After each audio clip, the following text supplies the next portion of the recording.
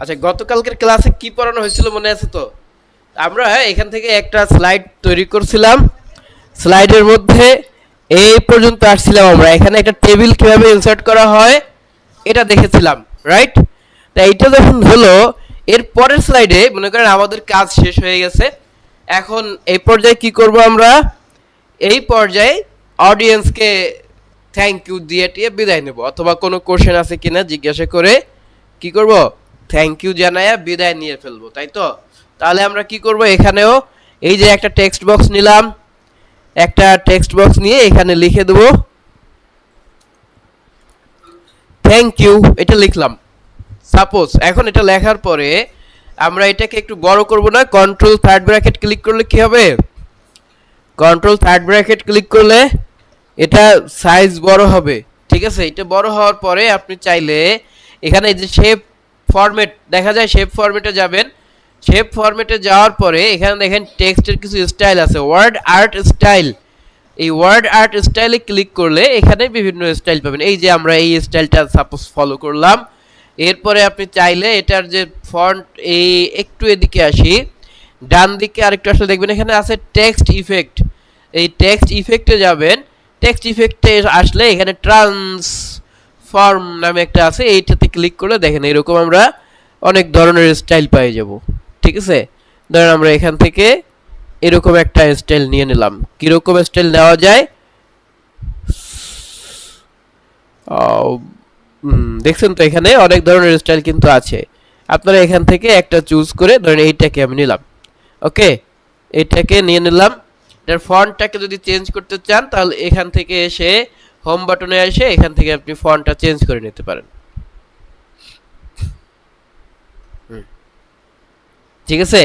Thank you হয়ে গেল, শেষ।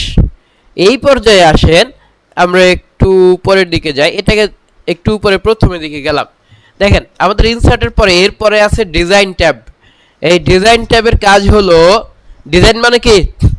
ডিজাইন করা, তাই না? এখন এটার যেটার মধ্যে আসবে, ধরেন আমি এখানে প্রথম স্লাইডে আসলাম, আসার পরে ডিজাইন ট্যাবে আসলে এখানে অনেকগুলো থিম পাবো, এগুলোকে বলা হয় থিম। প্রত্যেকটা যেটার মাউসের কার্সরটা যে ডিজাইনটার উপরে রাখবো, এই স্লাইডটাতে সেই ডিজাইনটা চলে আসবে। ক্লিয়ার?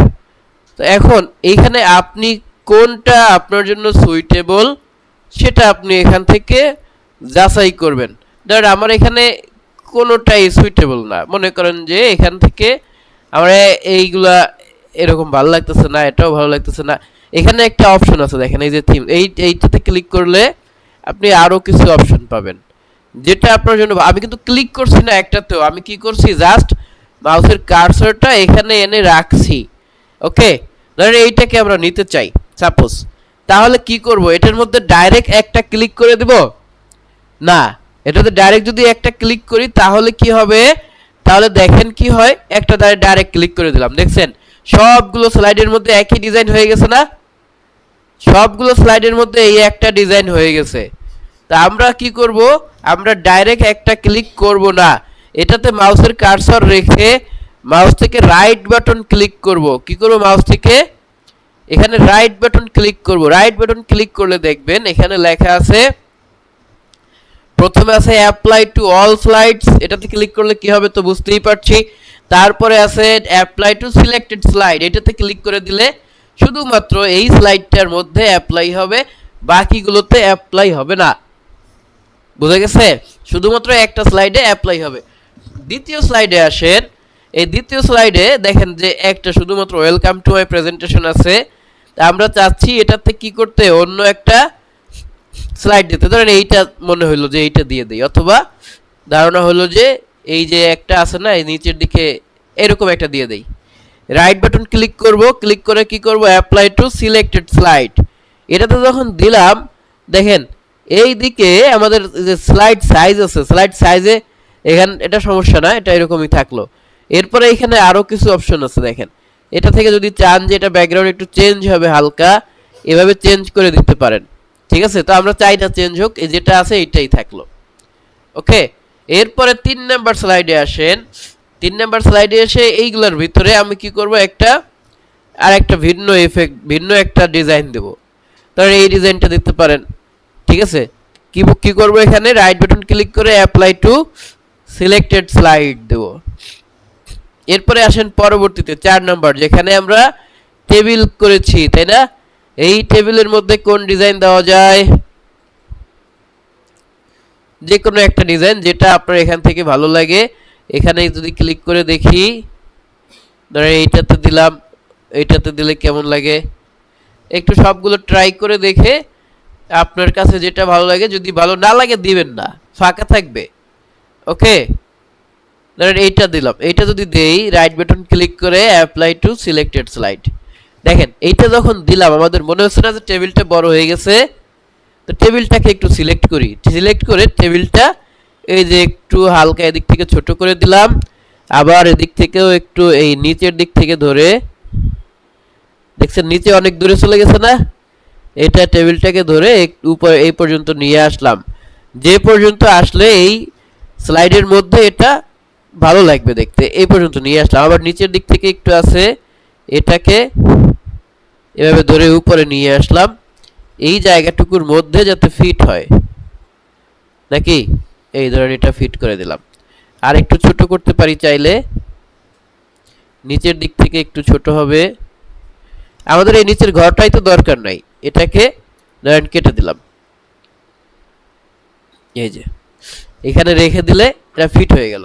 Okay fine. এরপরে আসেন পরবর্তী লাস্ট থ্যাংক ইউ। এই থ্যাংক ইউর জায়গায় আপনি কেমন একটা ডিজাইন দিবেন যেটা আপনার জন্য ভালো মনে হয়, এটা ধরেন দিয়ে দিলেন।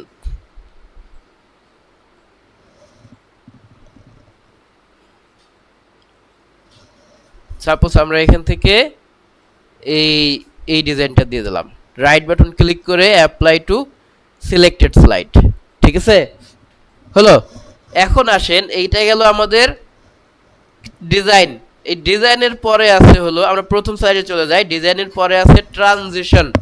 ট্রানজিশন হলো একটা স্লাইড যখন ওপেন হবে, একটা স্লাইড থেকে আরেকটা স্লাইডে যাওয়ার জন্য যে জায়গাটা, একটা সাইড থেকে আরেকটা সাইডে যখন যাব, এই সময়টার মধ্যে একটা ইফেক্ট এখানে প্লে হবে, বুঝা গেছে? এটা হলো ট্রানজিশন। ধরেন আমি যদি এই যে স্লাইড 1-এ এসে এখান থেকে যে কোনো একটা ট্রানজিশন দিই, সাপোজ এইটা দিলাম, দেখছেন ঠিক এইভাবে এটা কি হবে, এটা ক্লিক করলে এইভাবে করে আমার এটা প্লে হবে, শুরু হবে, বুঝা গেছে?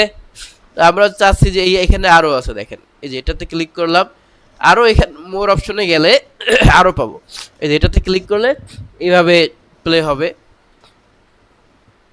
এই আর একটা আছে, যেমন ভাবে গ্লাস ভেঙে পড়ছে না? তারপরে আরো আছে এখানে, এই যেটা এভাবে আপনার এখানে যেটা ভালো লাগবে এটা এখান থেকে দিতে পারবেন। ধরেন আমি প্রথম স্লাইডটাতে দিলাম হচ্ছে কি দিব, মনে করেন এই একটা দিলাম, এইরকম। অথবা এখানে আপনি যদি চান যে এখানে আরো কিছু আছে, স্লাইড আছে, দেখেন এই আর একটা আছে, আপনি চাইলে এরকম করেও দিতে পারেন, ঠিক আছে।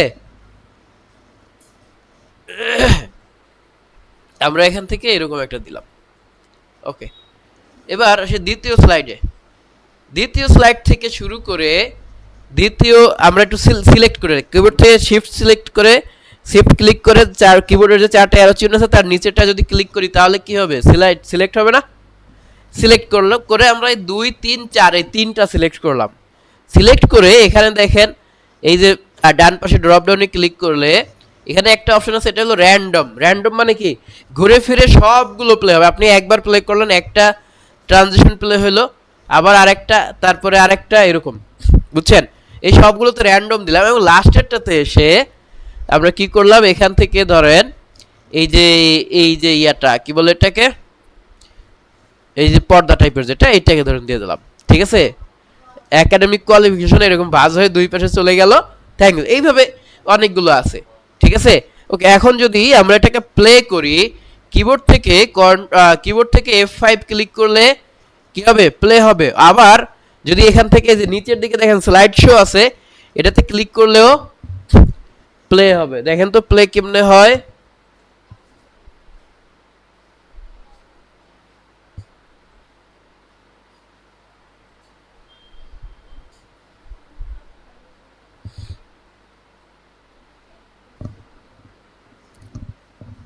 হ্যাঁ, এইভাবে করে আমাদের এটা প্লে হলো। তো এরপরে দেখেন পরবর্তী আরেকটা অপশন আছে, এটাকে বলা হয় অ্যানিমেশন। খেয়াল করেন অ্যানিমেশনের এই বিষয়টা একটু খেয়াল করেন। তো তার আগে আমরা আপনাদের এই যে ট্রানজিশন দেখলাম না, এগুলো যদি না বুঝে থাকেন একটু নোট রাখবেন। ওকে, এরপর দেখেন অ্যানিমেশন কখন কাজ করে। অ্যানিমেশন কিন্তু কোনো স্লাইডের মধ্যে কাজ করে না, এটা কোনো নির্দিষ্ট শেপের মধ্যে কাজ করে, টেক্সটের মধ্যে, কোনো একটা অবজেক্টের মধ্যে কাজ করবে। ঠিক আছে, ধরেন আপনি এখানে এই যে আসসালামু আলাইকুম লেখাটা সিলেক্ট করলেন, সিলেক্ট করার পরে আপনি যদি এখান থেকে এই যে ফ্লাই ইন দেন, দেখবেন এরকম নিচ থেকে উড়ে চলে আসছে। ঠিক আছে, ফ্ল্যাট ইন দেবেন, এইভাবে নিচ থেকে এরকম হালকাভাবে চলে আসবে। তারপরে এইভাবে যদি দেন এরকম একটা অ্যানিমেশন হবে। তা আপনি এখান থেকে যে অ্যানিমেশনটাই দিতে চান না কেন, ধরেন আমরা এখানে দিলাম হচ্ছে কোনটা দিব, এই যে জুম অ্যানিমেশন দিলাম। এই যে আগে জুম আউট ছিল ছোট থেকে আস্তে আস্তে বড় হয়ে দেখা গেল। তারপরেরটাতে আসি, লেখা আছে ওয়েলকাম টু মাই প্রেজেন্টেশন, এটা সিলেক্ট করে ধরেন এটা এরকম স্প্লিট আছে, এরকম স্প্লিট করে দিলাম। দ্বিতীয়তে আছে অ্যাবাউট মি, এই ধরেন অ্যাবাউট মিতে একটা স্লাইড দিলাম, কি বলে আবার এই ছবির মধ্যে আরেকটা দিলাম, ধরেন ছবি এরকম ঘুরে চলে আসলো। এরপরে কি আছে, এরপরে আছে দেখেন একাডেমিক, তাই না? এইখানে একটু খেয়াল করেন, এখানে ভিন্ন একটা অ্যানিমেশন আমরা দিব। ধরেন একটা শেপ আঁকছি, কি আঁকছি, একটা ইনসার্ট থেকে আমরা বিভিন্ন ধরনের শেপ আঁকি না, মনে করেন এইখানে আমরা এই শেপটা এঁকে দিচ্ছি স্মাইল ফেস। এই যে যদি শেপ ধরে এটা কাজ করি, এই যে একটা ফেস তৈরি হয়েছে না, দেখা যায়। এই ফেসটাকে আমরা এখানে রেখে দিলাম সাপোজ এই কর্নারে। ওকে, তো এই কর্নারে রেখে দেওয়ার পরে আমরা এখান থেকে চলে গেলাম অ্যানিমেশনে, এইটার মধ্যে অ্যানিমেশন দিতে চাই। আমি তো একটা ডেমো দেখছি, হ্যাঁ, এইটাই যে হবে এমনটি না। দেখেন এই অ্যানিমেশনের মোর অপশনে যদি ক্লিক করেন, লাস্টে এসে অ্যানিমেশন কই, অ্যানিমেশনে তো যাই না, এই যে অ্যানিমেশনের মোর অপশনে আসলে এখানে দেখবেন একটা আছে কাস্টম পাথ, এটার নাম কি কাস্টম পাথ। আপনি চেষ্টা করলে আপনি আপনার মতো করে একটা পাথ দিয়ে দেবেন, ওই পাথ বরাবর এই অ্যানিমেশনটা ঘুরতে থাকবে। কি হবে, এই পাথ বরাবর এটা এই যে স্মাইলিং ফেস, এটা কি হবে, ঘুরতেই থাকবে। এই জন্য আমরা এখান থেকে ধরেন এই পাথ কাস্টম পাথে ক্লিক করলাম, ক্লিক করে দেখেন এটা কোনো পরিবর্তন হচ্ছে, কোনো পরিবর্তন নাই। আমরা এটাকে এখান থেকে একটা ক্লিক করে দিলাম, ঠিক এই পাথটাকে এই বরাবর টেনে দিলাম, কোন বরাবর, এইখানে একটা ক্লিক করলাম, আবার এখান থেকে এই পর্যন্ত দিয়ে দিলাম, জাস্ট একটা লাইন টেনে দিলাম। ঠিক আছে, এই পর্যন্ত আনলাম, আবার এখানে যেখানে শুরু করছিলাম, যে জায়গায় শুরু করেছিলাম ওই জায়গাটাতে নিয়ে আসলে দেখেন এটা হালকা চেঞ্জ হচ্ছে। এইখানে ক্লিক করে দিলাম, দেখেন তো কি হইতেছে সেটা, এটা কিন্তু একদম ঘূর্ণিপাকের মতো ঘুরতেছে, তাই না? এরকম যখন ঘুরবে, আমরা চাই যে এত দ্রুত ঘুরবা না, তুমি একটু আস্তে আস্তে ঘুরবা। তাহলে এ দেখেন একটু ডান দিকে আসলে কি লেখা আছে, স্টার্ট, কখন শুরু হবে, অন ক্লিক নাকি, এই অন ক্লিক দেখেন এখানে আছে উইথ প্রিভিয়াস আফটার প্রিভিয়াস, মানে আগেরটা শেষ হইলে সাথে সাথে শুরু হবে নাকি আগেরটার সাথে একসাথে সব অ্যানিমেশন হবে, এটা আমরা এখানে দিয়ে দেবো। তো আমরা করব কি, এখানে আফটার প্রিভিয়াস, আগেরটা শেষ হইলে এইটা শুরু হবে অটোমেটিক, তাই না? এরপরে আছে দেখেন ডিউরেশন, এখানে আছে 2 সেকেন্ড, এটা কিন্তু 2 সেকেন্ড, হ্যাঁ 2 মিনিট না, তো 2 সেকেন্ডে আমার এই টোটাল অ্যানিমেশনটা শেষ করবে সে। তো এইখানে যদি আমরা এখানে দিয়ে দেই হলো যে 15 সেকেন্ড, কত দিলাম, ধরেন এখানে আমরা 2 সেকেন্ডকে কেটে 15 সেকেন্ড করে দিলাম। 15 সেকেন্ডকে করে দিয়ে এবার একটু অ্যানিমেশনটা প্লে করি। দেখেন স্লাইড শোতে ক্লিক করব, এই যে স্লাইড শোতে ক্লিক করলে এই দেখেন কিভাবে আসছে, অনেক আস্তে আস্তে যাচ্ছে না, আগের চেয়ে আস্তে যাচ্ছে না, 15 সেকেন্ডে এটা টোটালটা সে শেষ করবে।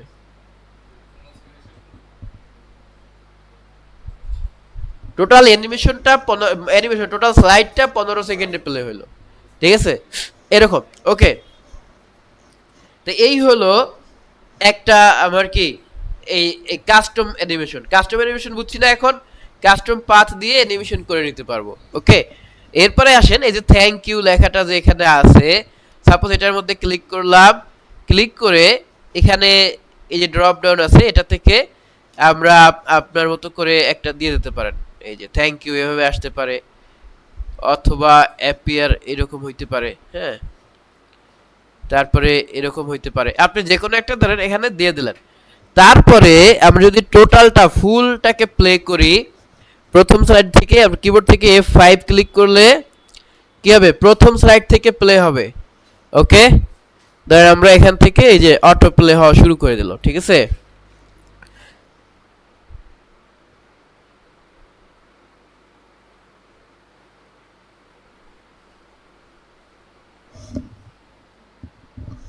তাহলে কি হচ্ছে, এখানে আমরা যেরকম অ্যানিমেশন দিয়েছিলাম সেই রকম কিন্তু সবগুলো প্লে হয়ে গেল। আচ্ছা, আমরা এই কাস্টম পাথের যে অ্যানিমেশনটা করলাম এটা আরেকবার দেখি কি করলাম।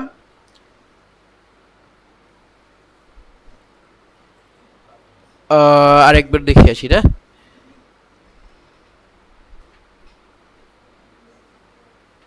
এটা গেল অ্যাবাউট মি, তারপরে কি আসছে একাডেমিক, এই যে সে কিন্তু প্লে হচ্ছে, ঠিক আছে।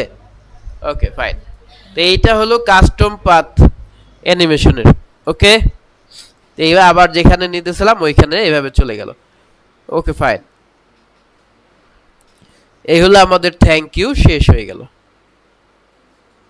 থ্যাংক ইউটা যেভাবে অ্যানিমেশন দিয়েছিলাম সেইভাবে শো করবে। ওকে, তো এবার দেখেন এই যে টোটাল যে কাজটা করলাম এই কাজটার আমরা একটা ভিডিও বের করতে পারবো। কি করতে পারবো, একটা ভিডিও আমরা এখানে বের করতে পারবো। কিভাবে করব দেখেন, ভিডিওটা বের করার জন্য প্রথমে চলে যাব ফাইলে।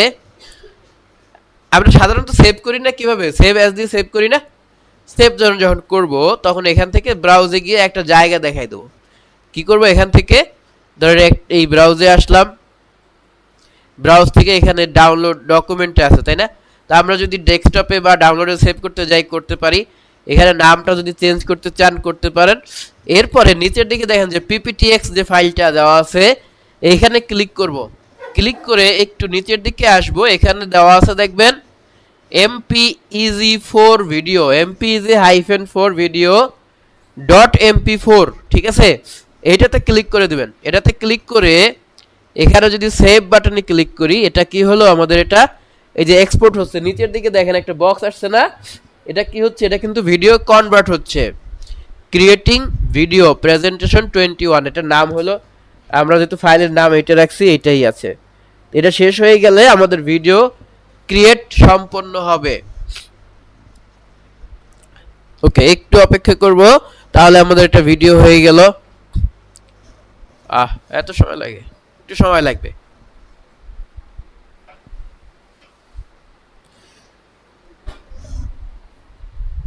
তাহলে আমাদের ভিডিওটা হচ্ছে নাকি, এই হয়ে গেছে আমাদের ভিডিও। এবারে আমরা চলে যাব হলো ফাইলে, এই যে ফাইলের মধ্যে যাওয়ার পরে ডাউনলোডে সেভ করেছিলাম না, ডাউনলোডে চলে গেলাম।